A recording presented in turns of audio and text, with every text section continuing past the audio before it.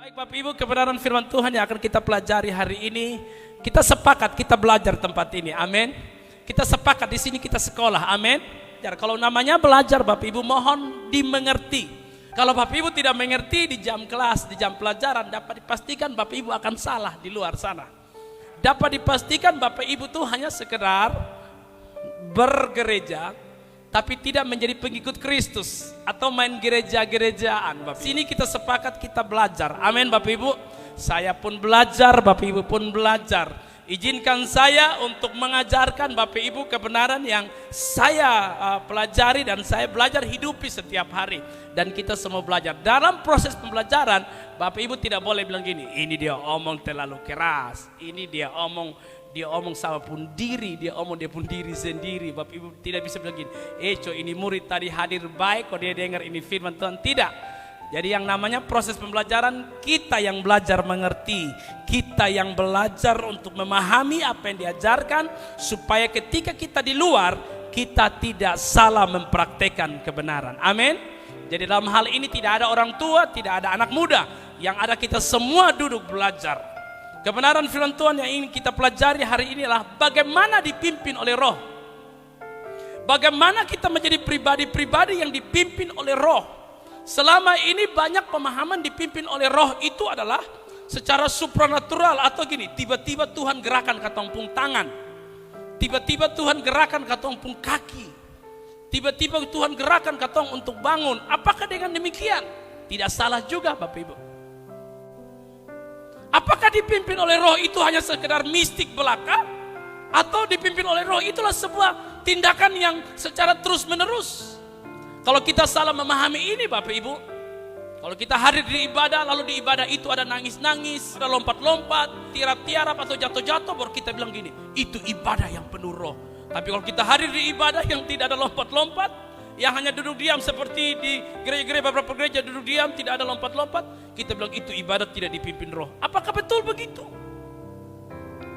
Kalau kita salah memahami dipimpin oleh Roh Kudus, kita hanya fokus kepada manifestasi-manifestasi yang spektakuler. Memang tidak salah Bapak Ibu, pasti Tuhan bekerja, pasti ada manifestasi, amin. Tapi itu temporary Bapak Ibu. Kadang-kadang Tuhan tidak bekerja secara manifestasi. Makanya jangan heran kalau anak-anak muda, oh ini Tuhan tidak lihat, oh ini pendeta tidak lihat, aman. Oh di kamar Tuhan tidak lihat, aman. Karena dia berpikir dipimpin oleh Roh itu ketika Tuhan tegur dia, Yosua, kenapa lu buat begini? Baru itu dipimpin oleh Roh. Tapi ketika Yosua buat sesuatu yang salah terus menerus, lalu Tuhan tidak tegur dia, oh berarti Roh Kudus tidak marah. Apakah begitu? Nah makanya dalam hari ini perlu sekali tingkat kedewasaan yang tinggi dari orang percaya. Pagi ini Bapak Ibu mau belajar, maka pasti Bapak Ibu akan mengerti kebenaran. Amin Bapak Ibu. Sepakat kita belajar, amin. Bapak Ibu harus tahu bahwa Lucifer ini sudah bekerja seumuran dunia ini terbentuk. Ada orang mengatakan dunia ini sudah terbentuk 600 juta tahun yang lalu. Berarti iblis sudah bekerja 600 juta tahun yang lalu. Karena iblis lemparkan dari surga ke bumi itu sebelum dunia dibentuk. Jadi Bapak Ibu jangan terlalu naif. Oh kita orang percaya di vaksin itu antikris. Vaksin itu bukan lambang antikris. Pada zaman itu, pada abad ke-20 ditemukan molekul ini. Ketika ini disuntikan masuk ke dalam tubuh manusia, akan menghasilkan cahaya. Kayak kunang-kunang gitu Bapak Ibu. Nah cahaya itu yang disebut dengan istilah luciferase. Ketika molekul itu bertemu dengan enzim, ada cahaya, ada sedikit terang gitu. Maka disebut luciferase. Jadi bukan ininya yang Lucifer. Ini tidak ada angka 66. Makanya banyak pendeta bilang, oh jangan itu antikris. Tidak Bapak Ibu. Istilah bintang timur ini juga dipakai oleh Alkitab di dalam kitab Wahyu. Dia bintang timur. Itu Bapak Ibu tahu dalam bahasa Latinnya apa? Lucifer. Dalam bahasa asli setan itu adalah Helel bin Sakar. Lucifer ini bahasa Latin. Jadi ketika Bapak Ibu kalau ketemu dengan orang-orang ilmuwan nih, Bapak Ibu percaya dan Bapak Ibu bisa menghasilkan sesuatu, mereka panggil Bapak Ibu Lucifer. Nah jadi istilah bahasa ini dipakai oleh para ilmuwan untuk menyebut ini nih. yang ketika masuk dalam tubuh manusia timbul cahaya. Jadi hari ini kita harus vaksin. Iblis menipu kita supaya kita memahami bahwa ternyata antikris itu datang hanya secara fisik. Terus kita fokus hanya kepada 66, angka 66 itu. Jadi tonton ada angka 66, maka itu bukan iblis. Makanya kalau Bapak Ibu dulu Bapak Ibu kalau lihat barcode yang pertama kali barcode keluar, wih jangan pakai itu angka 66. Dulu ada di ATM kita kan ada barcode, lu jangan pakai ATM itu angka 666. Iblis tipu kita hanya sekedar apa yang kelihatan, ornamen itu. 2 Yohanes 1 ayat 7 itu banyak penyesat akan datang dan mereka akan berkhotbah berkeliling ke sana kemari dan menyebut bahwa Yesus Kristus itu tidak datang sebagai manusia. Iblis tipu bilang gini, Yesus itu tidak mungkin jadi manusia. Itu tidak mungkin manusia 100%. Tidak mungkin berdosa karena dia Allah. Ya iblis tipu supaya kita tidak mengikuti pola hidup Yesus. Antikris itu percaya Yesus Kristus Tuhan. Tapi dia tidak percaya Yesus Kristus itu manusia. Pola hidupnya seperti manusia. Pikiran, perasaan, kehendak sama seperti kita. Kalau ateis, dia tidak percaya Yesus Kristus Tuhan. Dia hanya percaya Yesus Kristus manusia. Makanya dia tidak percaya adanya Tuhan. Nah seharusnya orang percaya Yesus Kristus itu Tuhan dan mau mengikuti pola hidup sebagai manusia. Tapi iblis tipu kita supaya kita jangan ikut pola hidupnya Yesus. Dengan cara apa? Hanya fokus bagian di ornamen. Selebrasi, manifestasi spektakuler. Kalau kita hanya percaya Yesus Kristus hanya sebagai Tuhan, maka kita hanya percaya dia buat manifestasi yang spektakuler. Tapi kita tidak mau terlibat dalam aktivitas setiap hari menurut cara hidup Yesus. Ini dia. Antikris bekerja dengan cara yang baru, yang tidak kita ketahui. Dia bekerja melalui sistem yang menguasai kita. Jadi sekalipun angka 66 itu tidak ada di dahi, di tangan, di dahi kita, tapi ketika kita tidak memiliki cara hidup Yesus, kita tidak dipimpin secara permanen, maka kemungkinan besar kitalah antikris. Kristus itu kan yang diurapi Bapak Ibu. Berarti antikristus berarti Anda anti diurapi. Tidak mau diurapi. Pengurapan ada 2 Bapak Ibu. Pengurapan secara temporer atau temporary atau waktu-waktu tertentu. Dan pengurapan secara permanen. Nah selama ini kita hanya fokus di merah. Yang temporary. Tidak salah Bapak Ibu. Karena memang Roh Kudus pasti Tuhan akan melakukan bagian. Tapi Bapak Ibu jangan salah. Yang dimana pengurapan Tuhan secara temporary itu bagiannya Tuhan. Dia bisa hadir kapan saja. Dia bisa manifestasi kapan saja. Dia bisa lakukan kapan saja. Itu bagiannya Tuhan melalui orang-orang yang diurapi. Amin. Tapi penyertaan Tuhan secara permanen itu bagiannya kita. Kita memutuskan untuk hidup seperti Yesus. Kita memutuskan untuk memiliki gaya hidup seperti Yesus. Kita memutuskan untuk berpikir seperti Yesus. Allah turut bekerja dalamnya. Jadi berbeda. Kalau kita menjadi orang Kristen yang hanya sekedar fokus kepada urapan Tuhan secara temporary, berbeda dengan orang yang fokus kepada permanen. Orang yang diurapi Tuhan secara permanen, dia tidak akan fokus Tuhan mau buat apa, itu bagiannya Tuhan. Bagian saya hidup seperti Yesus. Bagian saya melakukan kehendak Bapa di surga. Bagian saya mengerjakan kehendak Tuhan. Nah kita harus menjadi orang Kristen yang diurapi secara permanen. Nanti temporary-nya kapan Tuhan mau bekerja, itu bagiannya Tuhan. Makanya kalau kita doakan orang tidak sembuh, jangan kecil hati. Itu bagian Tuhan. Roma 8 ayat 14 kita harus menjadi Kristen dewasa, amin. Kristen dewasa adalah Kristen yang diurapi Tuhan, dia tidak hanya fokus kepada temporary waktu-waktu tertentu. Dan biasa kalau orang gini, orang dia tepa pas dia tepa di bawah. Pas ada pengurapan, dia ikut pengurapan Bapak Ibu. Ini hari doa pengurapan, dia datang. Tapi ini hari ibadah PA, dia datang. KKR pengurapan Roh Kudus, wow itu datang, siapa sama urapan. Karena dia fokusnya kepada pengurapan secara temporary. Itu tidak salah. Tuhan bekerja, memang Tuhan akan bekerja, tapi melalui orang-orang yang diurapinya. Tapi kalau suruh dia hidup, ini hidup seperti Yesus, tidak mau. Roma 8 ayat 14, sama-sama kita baca. Semua orang, sekali lagi, semua orang yang dipimpin oleh Roh Allah adalah anak. Nah ini syarat. Ini syarat Bapak Ibu. Syarat orang-orang percaya, syarat menjadi anak Allah adalah dipimpin oleh Roh Allah. Titik. Jangan tambahi, jangan kurangi.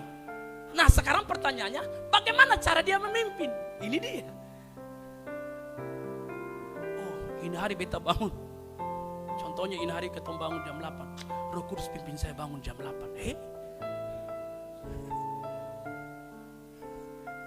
Orang-orang yang sok-sok rohani itu begitu.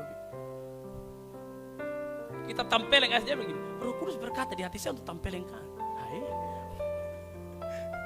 Allah tidak bekerja secara mistik Bapak Ibu. Ke kiri, lurus, ke kanan. Tidak. Tapi Allah akan bekerja secara permanen. Dipimpin oleh Allah dalam hal ini, pekerjaannya permanen dalam diri kita. Secara permanen dalam batin kita, artinya dia tinggal tetap diam. Di dalam Kejadian pasal yang ke-6 Bapak Ibu, ada dua jenis anak di situ. Ya, ada anak-anak manusia dan anak-anak Allah. Kejadian pasal 6 Bapak Ibu bisa lihat situ. Anak-anak manusia itulah anak-anak dari keturunan Kain. Arti anak-anak manusia itulah anak-anak yang hidup menurut keinginan-keinginan manusia. Itu anak-anak manusia. Dan anak-anak Allah adalah anak-anak yang hidup menurut kehendak Bapa di surga, yang melakukan kehendak Bapa di surga. Ini dua hal yang berbeda. Anak-anak Allah di situ bukan artinya malaikat, karena dikatakan bahwa anak-anak manusia menikah dengan anak-anak Allah. Malaikat tidak pernah menikah Bapak Ibu. Ada pendeta yang menerjemahkan anak-anak Allah ini adalah malaikat. Bukan. Anak-anak Allah ini saya yakini bahwa inilah anak-anak keturunan Set yang hidup menurut kehendak Bapa di surga, yang melakukan kehendak Bapa di surga, bukan malaikat. Kalau malaikat tidak pernah menikah. Kalau ada yang bilang malaikat pernah menikah, itu mungkin dia salah mengerti. Malaikat tidak pernah menikah. Di situ dikatakan anak-anak Allah menikah dengan keturunan anak-anak manusia. Berarti anak-anak yang tadinya hidup menurut kehendak Bapa di surga, melakukan kehendak Allah pada zaman itu, menikah dengan mereka yang tidak mengenal Bapa di surga, hanya mementingkan diri sendiri. Jadi Bapak Ibu lihat, sebutan anak-anak dipimpin oleh Roh Kudus bukan hanya terjadi pada zaman ini, sudah terjadi dari penciptaan, dari zaman PL juga sudah terjadi Bapak Ibu.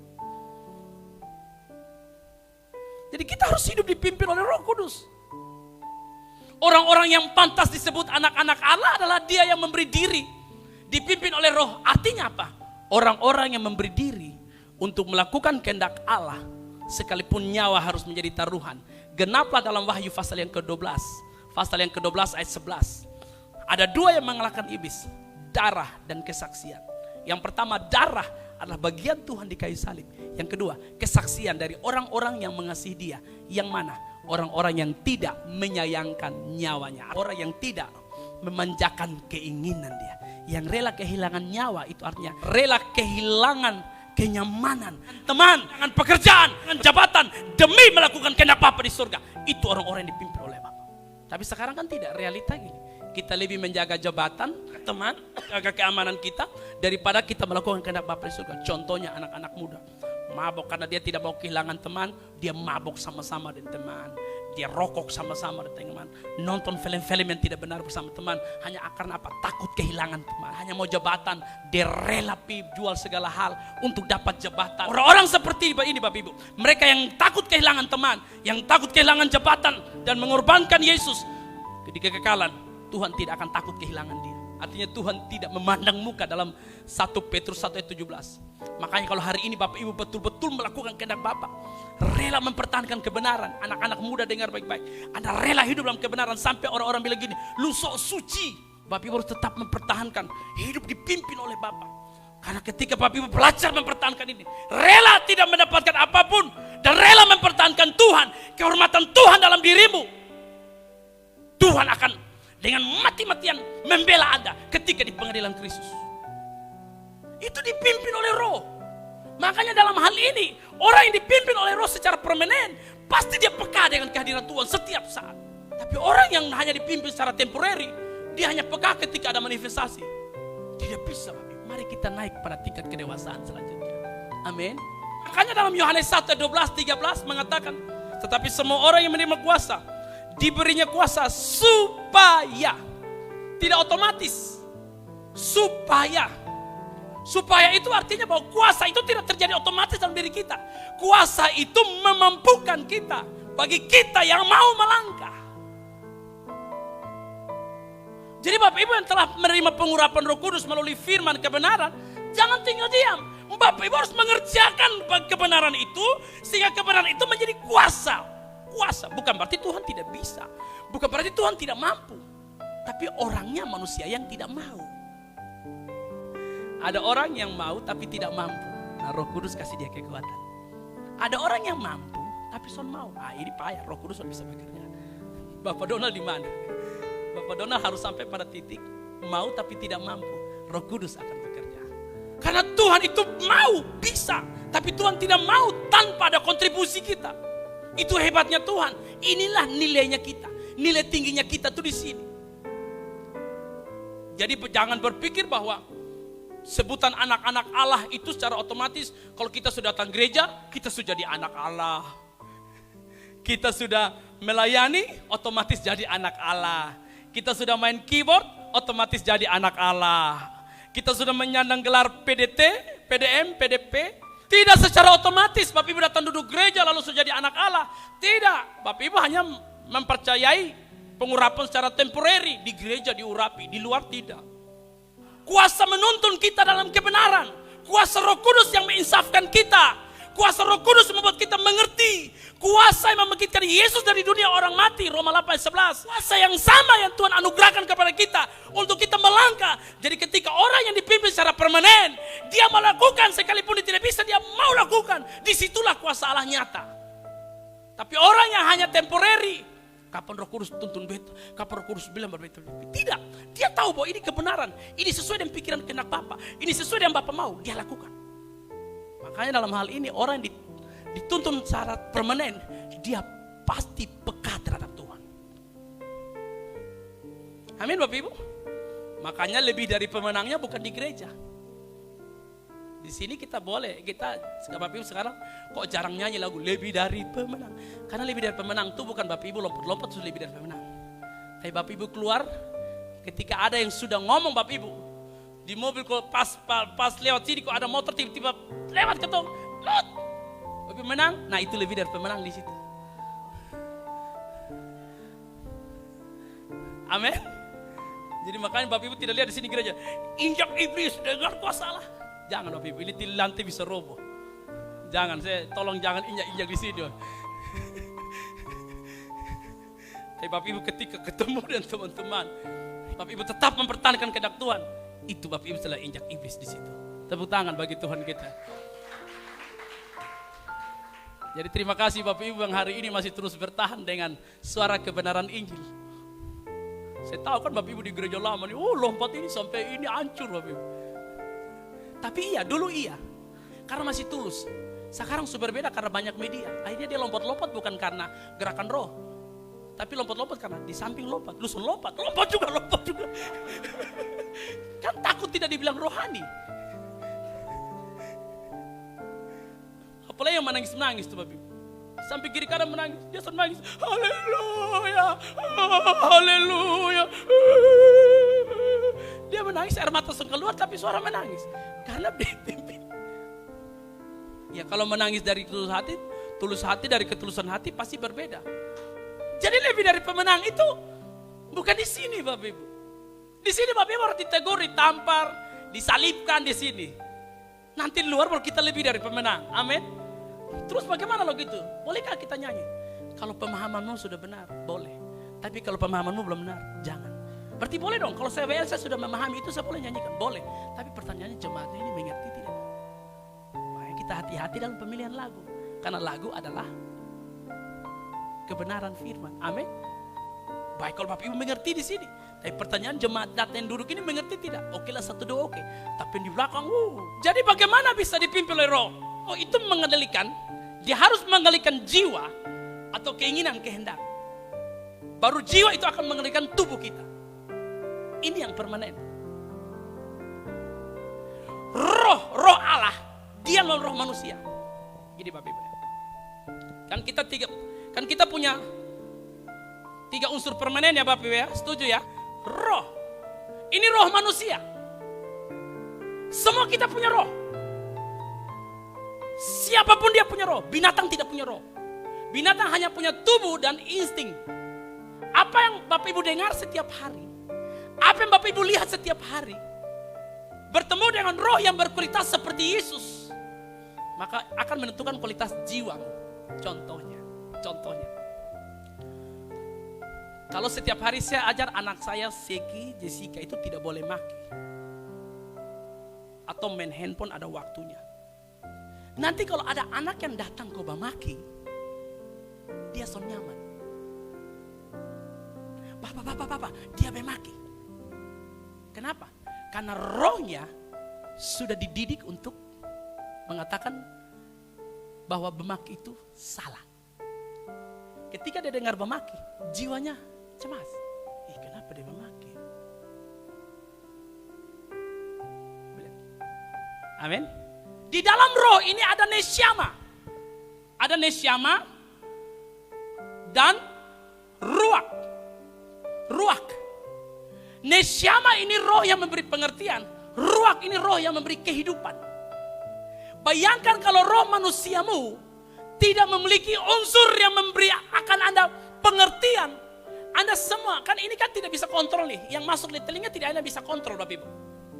Bapak Ibu akan ketemu di kantor orang yang suka ngomong orang, selingkuh hal biasa. Di rumah Bapak Ibu kadang-kadang media televisi Bapak Ibu tidak bisa kontrol apa yang RCTI siarkan di televisi. Film-filmnya kita tidak bisa kontrol. Ini tak bisa dikontrol nih. Tapi yang Bapak Ibu bisa kontrol ini ruak.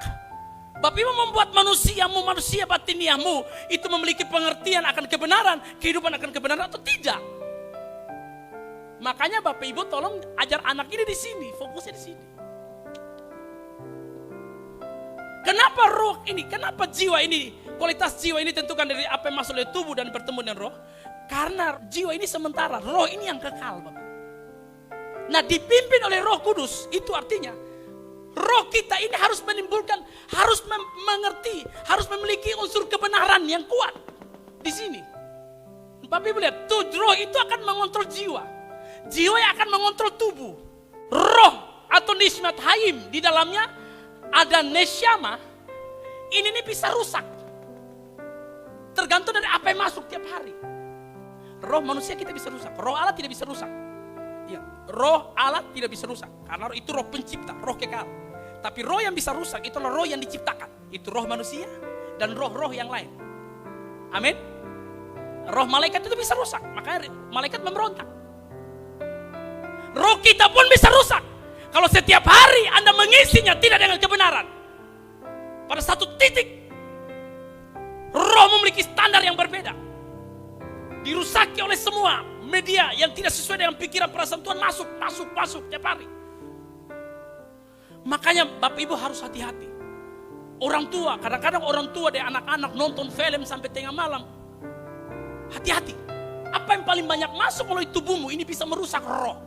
Karena di roh itu ada nesyama dan ruak. Rusak sampai pada titik tidak mempercayai dan menghujat Roh Kudus. Kenapa kalau orang menghujat Roh Kudus itu tidak diampuni? Karena roh adalah representatif dari kehadiran Bapa. Roh Bapa, roh Kristus, roh Allah. Kalau Anda menghujat Roh Kudus, roh Anda tidak mengakui karya Roh Kudus, dan roh Anda tidak, roh Allah, roh manusia Anda tidak mau ditinggali oleh Roh Kudus. Sampai pada suatu titik rohmu membatu dan Anda tidak bisa ubah. Dan pada akhirnya apa? Anda terhilang dari Tuhan. Ciri-ciri roh yang rusak adalah ditegur oleh firman, son mau berubah. Suka menunda dan suka katakan firman Tuhan itu cocok untuk ma, bukan untuk beta. Itu ciri-ciri roh yang rusak.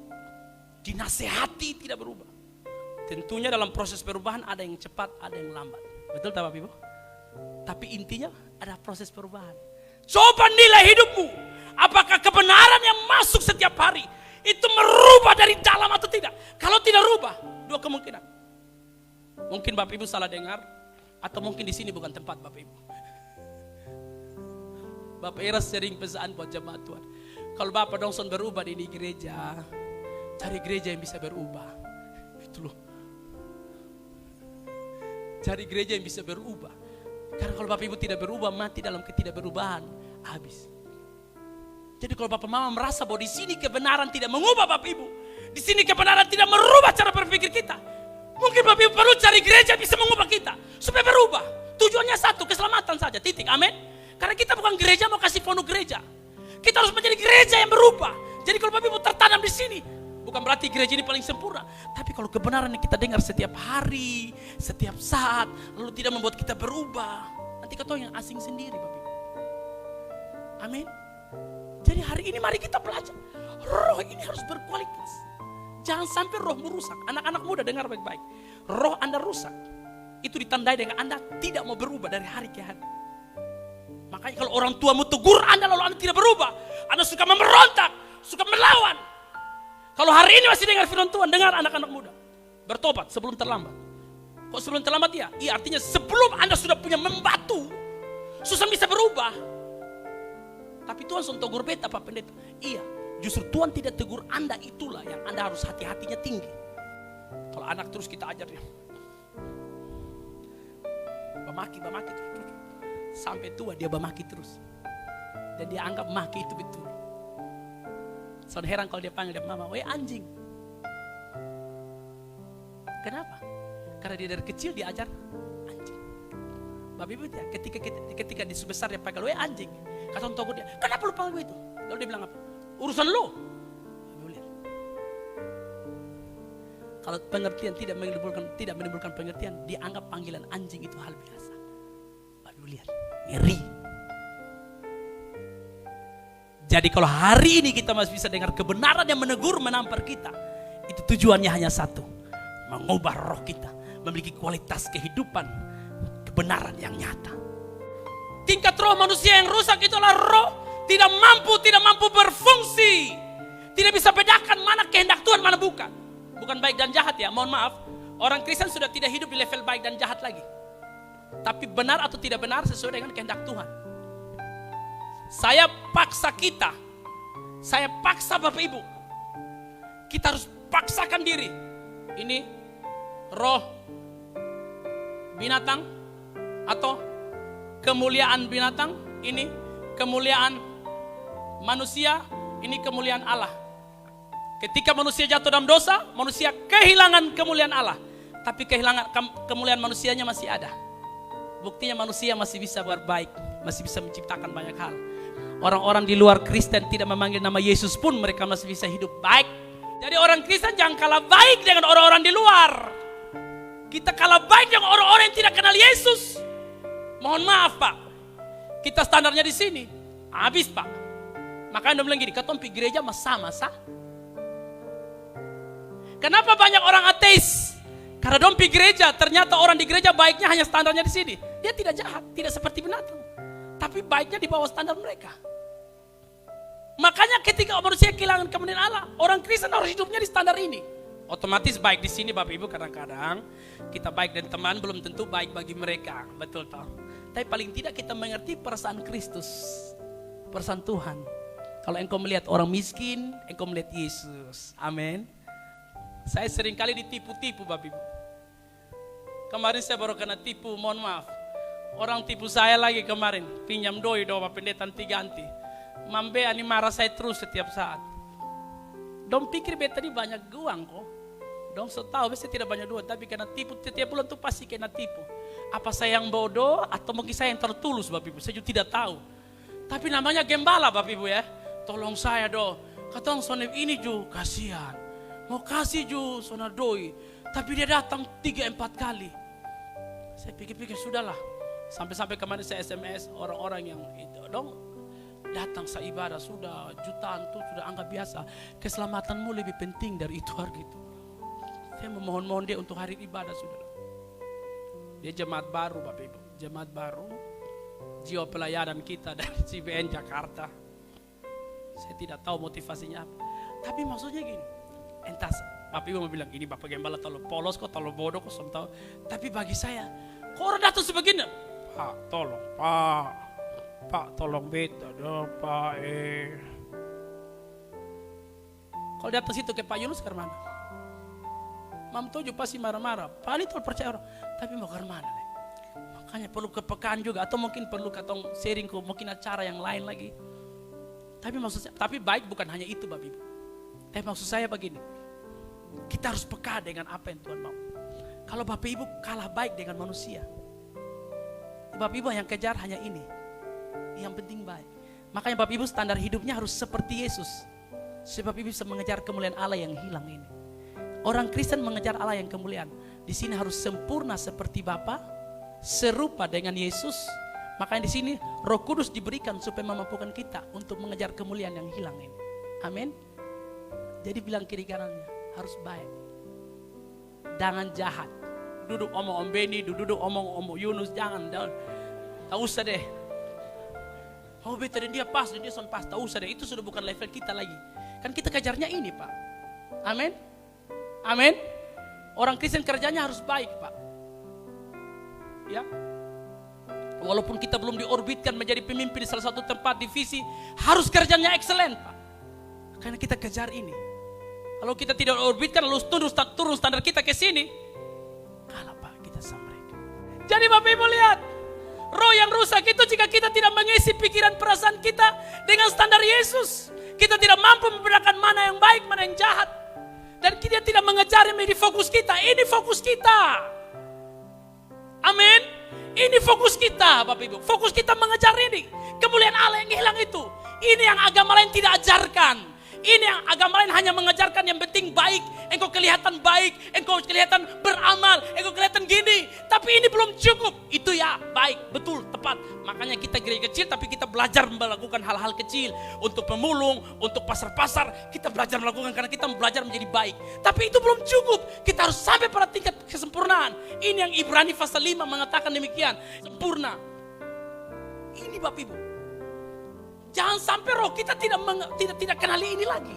Kita hanya mainnya di sini.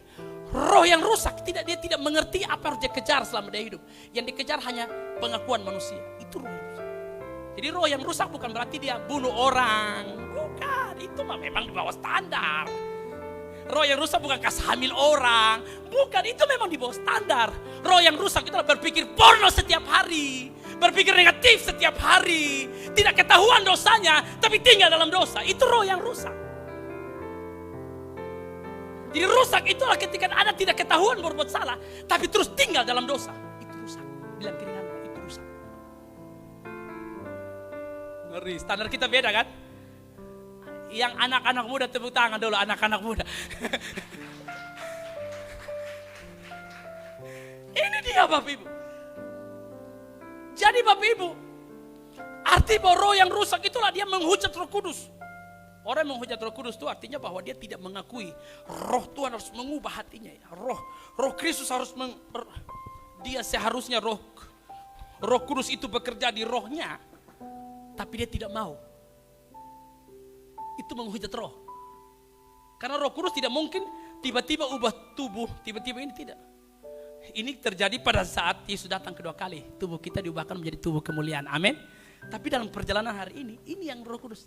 Nah, jadi ketika roh itu berkata dalam hidupmu, melalui firman, melalui pujian, melalui teguran orang tua, melalui teguran istri, teguran suami, lalu Anda tidak mengindahkan karena itu teguran Tuhan, jangan sampai rohmu rusak.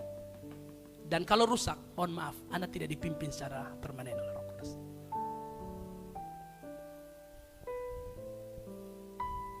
Jadi Bapak Ibu, siapakah orang-orang yang diselamatkan? Orang-orang yang diselamatkan adalah orang-orang yang memberi diri dipimpin oleh roh yang mengendalikan jiwa dan jiwa yang mengendalikan tubuh. Bukan orang-orang yang berseru Tuhan, Tuhan diselamatkan. Bukan orang yang bermanifestasi melakukan mujizat. Itu waktu tertentu. Jadi Bapak Ibu jangan bangga ketika Bapak Ibu bisa doakan orang sembuh. Itu belum cukup. Bapak Ibu jangan bangga ketika Bapak Ibu hadir sebuah ibadah, lalu Bapak Ibu gemetar-gemetar. Tapi pada saatnya Tuhan mengatakan, aku tidak kenal kamu. Pada orang-orang yang Tuhan, fokusnya mujizat, orang-orang hanya mau tinggal dalam manifestasi yang spektakuler. Mohon maaf Bapak, kita harus tinggal dalam pimpinan Roh Kudus yang terjadi secara permanen, hari-hari, setiap hari, setiap detik, menit, jam, detik, menit, jam, sampai Roh itu berkata kuat dalam hati kita. Itu salah. Nah, mungkin ketika dia berkata dalam hati kita itu salah, kata masih gagal, tidak masalah. Pelihara saja Roh itu. Jaga dia baik-baik. Pelihara saja. Pas mungkin kita lagi jalan, pas orang lewat, wah, mungkin masih gagal, tidak masalah. Coba terus, tahan lagi. Masih gagal, sudah mulai kurang kan? Pas jalan lagi orang lewat, sekurang kan?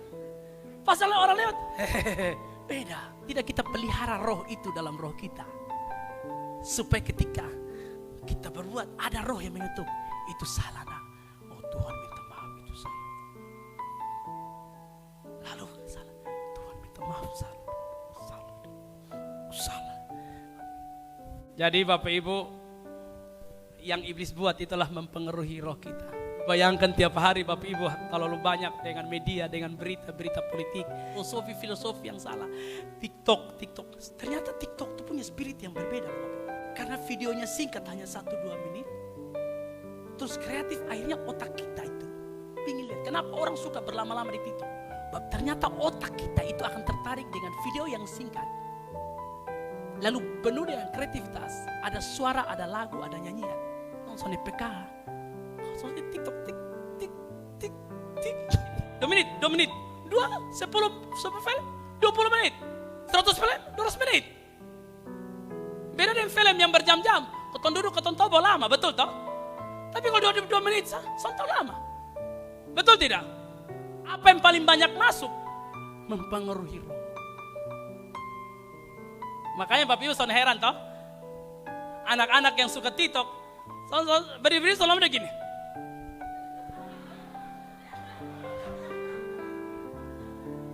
Saya bisa bayangkan kalau WL suka TikTok. Hati kita girang, gaya TikTok, lagunya rohani. Rusak.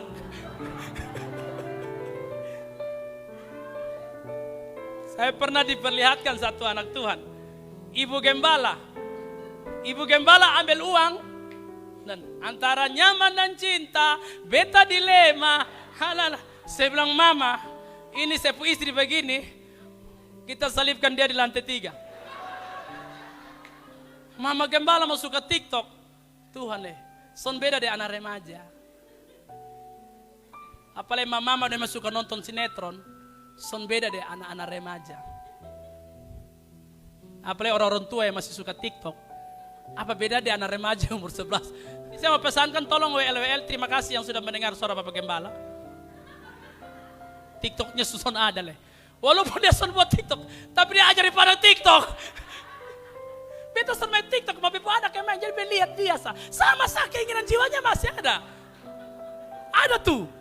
Beta son main TikTok, Bapak lihat Bapak anak main TikTok dia masuk. Untung baik son masuk video.